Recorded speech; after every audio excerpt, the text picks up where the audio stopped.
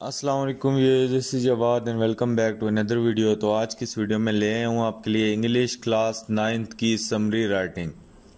जैसा कि आपका कल पेपर है तो काफ़ी कमेंट्स आ रही थी, तो डेफिनेटली कल बिजी था, बायो की बहुत वीडियो बनानी थी 10 क्लास की, तो आज ले आया हूँ। आपका ही आज देना, टेंशन नहीं लेनी। तो उसके बाद समरी राइटिंग में अगर आए तो ये आपका अभी जो पैराग्राफ आएगा इसमें से जो क्वेश्चन नंबर 1 होगा, दिस इज़ कंपलसरी। तो क्वेश्चन नंबर 1 क्या होगा आपका? कंपलसरी होगा समरी राइटिंग, और उसका टाइटल देना है आपने। टाइटल तो देना आसान होता है, समरी का थोड़ा कन्फ्यूजन होता है। तो चलिए वीडियो स्टार्ट करते हैं। चैनल सब्सक्राइब कर लीजिएगा। और यहाँ पे समरी राइटिंग में सबसे पहले इसकी हम डेफिनेशन पढ़ लेते हैं। मैंने आपके लिए लिख के लाया हूँ। A summary represent the major ideas from a text while reducing it length. तो ये कल मैंने बिल्कुल, वैसे तो नेट पे भी अवेलेबल है, लेकिन आसान वर्डिंग आपके लिए प्रॉपर चूज करके एक वर्ड फाइल तैयार की है। और यहाँ पे ये कहता है कि summary represent the major ideas from the text. तो यहाँ पे एक टेक्स्ट है, उसमें बहुत सारी चीजें लिखी होंगी, तो उसमें से जो मेजर आइडियाज होंगे हमारे पास, वो क्या करेंगे, टेक्स्ट के हमने लिखने हैं। वाइल रिड्यूसिंग इट लेंथ, तो इसका मतलब है कि ये समरी क्या होती है, छोटी भी होती है, ये कोई तशरीह नहीं होती जो कि बड़ी होती है। उसके बाद अगर नीचे आप ये ब्लू वाले में पढ़ें तो to write an effective summary you can rearrange the order of points. तो हम क्या कर सकते हैं, rearrange the order of points. हम पॉइंट्स को आपस में रीअरेंज कर सकते हैं।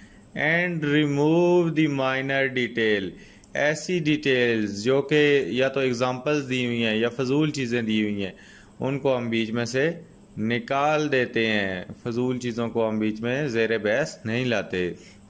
जिस तरह आपको एक कहानी है कि फॉर एग्ज़ाम्पल के फाख्ता और चींटी की कर लें, तो फाख्ता ने चींटी को बचाया और चींटी ने उसको शिकार होने से बचाया। तो इस कहानी को देखे कितने लंबे चौड़े सीन्स में लिखा है। तो काम की बात बीच में से क्या है, ये है। तो बीच में से हमने काम की बात लिखनी होती है। तो समरी राइटिंग का फॉर्मेट, इसके बारे में कुछ पॉइंट्स हैं, देख लेते हैं। यहाँ पे when writing a summary remember that it should be in a form of paragraph. एक पैराग्राफ होना चाहिए। ये नहीं कि आपने 10 पैराग्राफ लिख दिए या 3-4 पैराग्राफ लिख दिए, एक ही पैराग्राफ होगा, वो ख़त्म नहीं होगा। लाइन छोड़ के दोबारा से नहीं लिखना। रूल नंबर 1 तो इसका ये आपने ज़हन नशीन कर लेना है। उसके बाद रूल नंबर 2 में कहता है summary begins with a introductory sentence that state the text title, author and main point of the text as you see it. कहता है कि ये शुरू वहां से होती है जहां से टेक्स्ट का टाइटल हो रहा होता है। जिस तरह ड्रग एडिक्शन के बारे में है तो हम ये लिखेंगे कि ड्रग एडिक्शन इज अ। उसके बाद पेट्रियोटिज्म के बारे में है तो पेट्रियोटिज्म से शुरू करेंगे। और इसके बारे में कहता है कि मेन पॉइंट्स हमने टेक्स्ट के उठा के इससे लिख देने हैं। उसके बाद कहता है कि summary is written on in your own words. In your own words का ये मतलब नहीं कि आप अपने पास से चेंज करते, जो टेक्स्ट में वर्ड्स हैं उनको रीअरेंज करके लिखने हैं। ये इन योर ऑन वर्ड्स का यहाँ ये मतलब नहीं कि अपने पास से घुमा फिरा के बातें लिखने शुरू कर देनी है। अपने पास से कुछ भी नहीं लिखना, सिर्फ टेक्स्ट की जो बातें हैं उनको आपने आसान इंग्लिश में लिख सकते हैं, उसका स्टाइल चेंज कर सकते हैं, लेकिन उसका पूरा मीनिंग चेंज नहीं कर सकते, अपने पास से नहीं छोड़ सकते। क्योंकि अपने पास से लिखने लगे तो वो समरी नहीं, वो ऐसे बन जाएगा। उसके बाद कहता है summary contain only the ideas of original text. सिर्फ ये क्या करता है कि सिर्फ वही आइडियाज होते हैं जो कि ओरिजिनल टेक्स्ट में होते हैं। आपने अपने दिमाग से इसमें कोई आइडिया नहीं डालना। ये कौन से आइडियाज होते हैं? सिर्फ के सिर्फ आइडियाज ओरिजिनल टेक्स्ट वाले होते हैं। आपने अपने पास से इसमें आइडियाज नहीं डालने। आगे लिखता भी है जी, इसको हम अलग पॉइंट में कर लेते हैं ताकि आपको सही ज़हन नशीन हो। Do not insert any of your own opinions. अपने पास से फजूल चवले नहीं मारनी, अपने पास से हीरो नहीं उस वक्त बन जाना। अगर इंग्लिश आती है आपको तो उस वक्त आपने कहना है कि बस आज ही पेपर मिला तो चलिए अपने पास से शुरू करते हैं। ऐसा नहीं करना। अपनी ओपिनियंस को अपने जेब में रखना है। इंग्लिश के पेपर में अपनी ओपिनियंस को सब्र से उसको बर्दाश्त करके रखना है। इंटरप्रिटेशन, डिडक्शंस, कोई चीज़ आपने इंटरप्रेट की, उसके बाद डिड्यूस की उससे, या आपके कोई कमेंट्स है नहीं यार ये तो गलत हो रहा है, मैं नहीं, ये नहीं, ऐसा नहीं, ऐसा मीडिया को होना चाहिए। तो अपने पास वाली बातें हौसला करके अपने पास रखनी है। फिलहाल समरी में यहाँ पे नहीं लिखनी। बाकी जिस मर्जी को सुनाओ कहानियाँ, अपनी अपने ओपिनियन जहाँ मर्जी करो, you are free to express your opinions. तो फिलहाल के लिए समरी के लिए आपने अपने पास इसको सब्र करके रखना है, अपनी ओपिनियंस को भी। तो आगे चलते हैं। इसके कोई रूल्स हैं जो दोबारा मैं आपको जहन नशीन कराना चाहता हूँ। तो ये मैंने अलग से लिखे हैं, इसीलिए do not start before you have finish the reading of reading and understanding the text. अब यहाँ पे क्या बात होती है ना कि बच्चे ने पैराग्राफ देखा ही नहीं तो जी समरी लिखने लग पड़ा। अब पैराग्राफ पढ़ूंगा तो मेरा टाइम वेस्ट हो जाएगा, तो टाइम वेस्ट होगा तो मेरे आखिर से वो ऐसे रह जाएगा, एप्लीकेशन लेटर रह जाएंगे। तो बेटा मेरी बात सुनो, थोड़ा सा पहले पढ़ लेना है। तो ये ज़्यादा चलाक बनने के चक्कर में आप समरी भी गलत लिखोगे, उसका टाइटल भी कुछ और लिख के नीचे क्वेश्चन का आंसर भी गलत दोगे। सबसे पहले जब पेपर आएगा तो आपने पैराग्राफ पढ़ लेने। पैराग्राफ आपने पढ़ लिया तो आपको पता है कौन से क्वेश्चन का आंसर किधर है और कौन से वर्ड का मीनिंग किधर जाएगा, और उसके बाद हमारे पास उसकी समरी भी क्या बनेगी। तो ये जो गलती करते हो, ये गलती मैंने नंबर 1 पॉइंट पे इसीलिए लिख दी। उसके बाद do not panic at all. अब लड़के हो पैराग्राफ देखा जी, मैं तो बुक से बाहर से पैराग्राफ खुदा ना खास्ता कल आ गया तो पैनिक हो गए। ओ भाई पैनिक नहीं होना, क्या हो गया, पैराग्राफ जहां मर्जी से आए। मैंने पिछली एक वीडियो बनाई हुई है, आपको उससे क्वेश्चन आंसर निकालने आसानी से आते हैं। एक और वीडियो बनाऊंगा, पूरे 10 चैप्टरों के पैराग्राफ डिस्कस करने जा रहा हूँ, टेंशन नहीं लेनी। उसके बाद कहते हैं if you know what to write you will find that you can write down it quickly. तो ये पता नहीं वर्ड फाइल में क्या होता है, नीचे आ गया। तो यहाँ पे कहता है if you know what to write you can find that you can write it down quickly. आपको जब पता है मैंने क्या लिखना है तो आपको पता है यार एक बार पैराग्राफ पढ़ा है, ये यहाँ से यही चीजें लिखनी है और वो जल्दी जल्दी आप लिख लेंगे।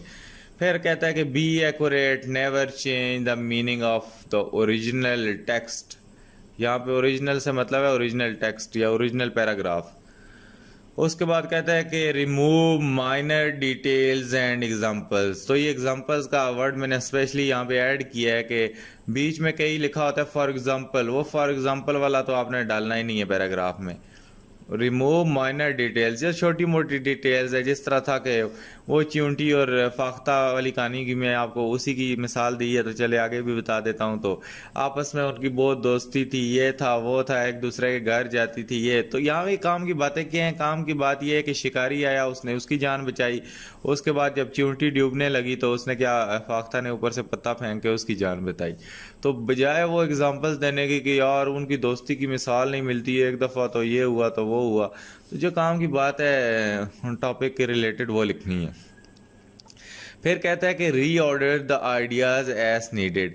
आप इनकी अरेंजमेंट चेंज कर सकते हैं। कोई पहली लाइन है, उसके बाद आखिरी लाइन है और दरमियान वाली लाइन, दरमियान वाली को आखिर में एक सीक्वेंस अगर उस तरह बन रहा है तो लिखनी है। पता चले कि सर से लेकर, आपने अपनी बॉडी की एग्जांपल लेनी है, सर से लेकर पाँव तक एक जो सीक्वेंस बन रहा है उस लिहाज से आपने समरी भी लिखनी है।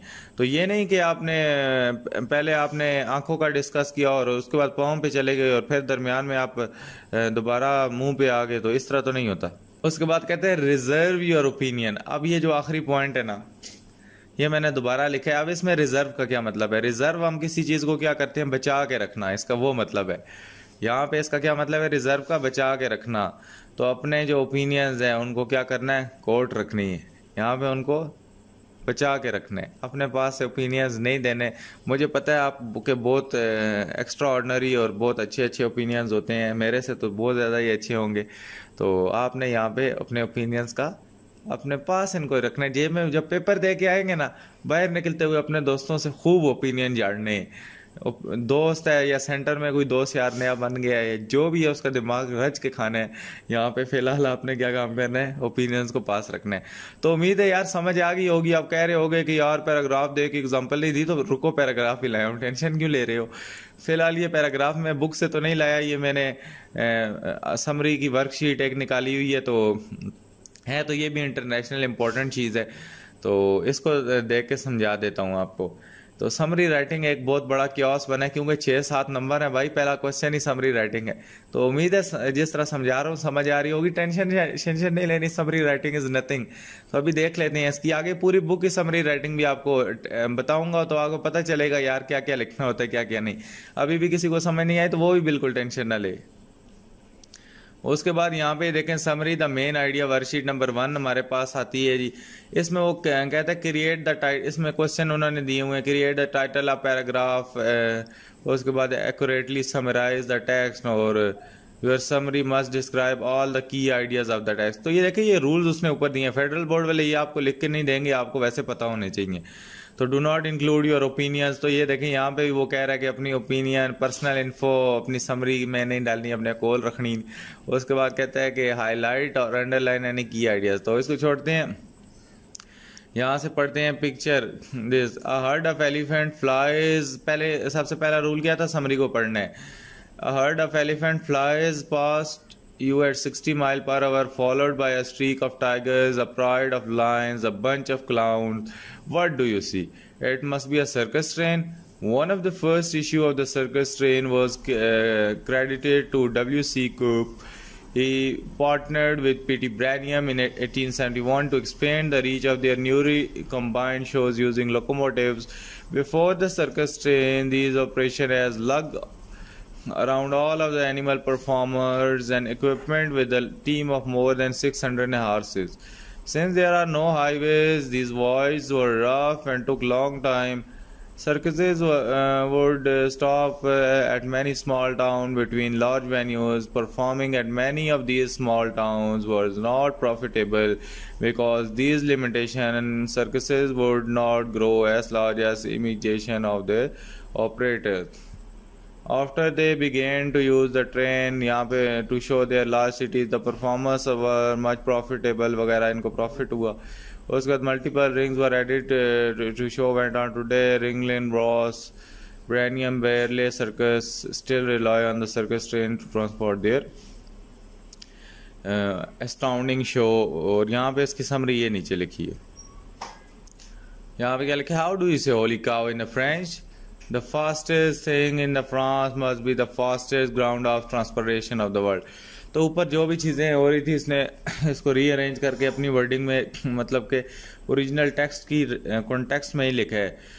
कहता है कि the fastest thing in the France must be the fastest ground transportation. कहता है कि यहाँ पे ट्रांसपोर्टेशन की अहमियत बयान की जा रही है, तो फास्टेस्ट ट्रांसपोर्टेशन होनी चाहिए। French for a very high speed French National High Speed Railway Service on April 3rd 2007 TG service tests a train as a record for the fastest wheel train reaching 357.2 miles in mid to 11 TGV trains operated from highest speed in a passenger। तो इस तरह ये छोटी सी करके लिखनी है। ये बहुत हाई लेवल की कोई इंग्लिश लिखी हुई है, इसलिए शायद आप कंफ्यूज हो रहे हो। तो ये सारी इन लोगों ने अपने पास है यहाँ पे इससे करके लिखी है। तो बाकी इसमें टेंशन नहीं लेनी, मैं आपको वो करा दूंगा, उसका क्या मतलब है, आपकी अपनी बुक से ही करा दूंगा। तो चैनल को सब्सक्राइब कर लीजिएगा। तो मिलता हूँ किसी और वीडियो में। अगर आप जिस टॉपिक पे वीडियो अभी बनवाना चाहते हैं, अभी कमेंट सुबह सुबह कर दें तो मैं बना दूंगा। फिर आगे दिन को बिजी होता हूँ। तो मिलता हूँ किसी नेक्स्ट वीडियो में। अल्लाह हाफ़िज़, टेक केयर।